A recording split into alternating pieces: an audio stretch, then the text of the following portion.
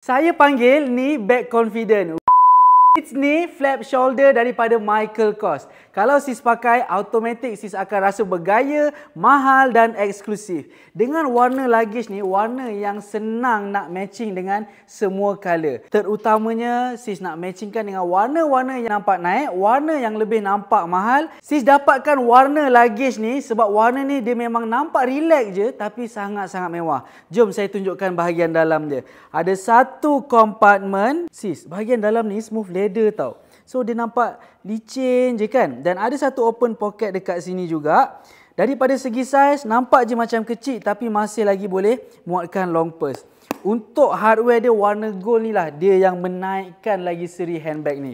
Sis boleh gayakan sebagai shoulder ataupun sis nak pakai sling dekat tepi pun boleh. Yang paling best ada leather lagi dekat sini. So selesa kalau sis nak pakai lama. Item ni ready stock tau. Nak bayar secara ansuran pun boleh juga.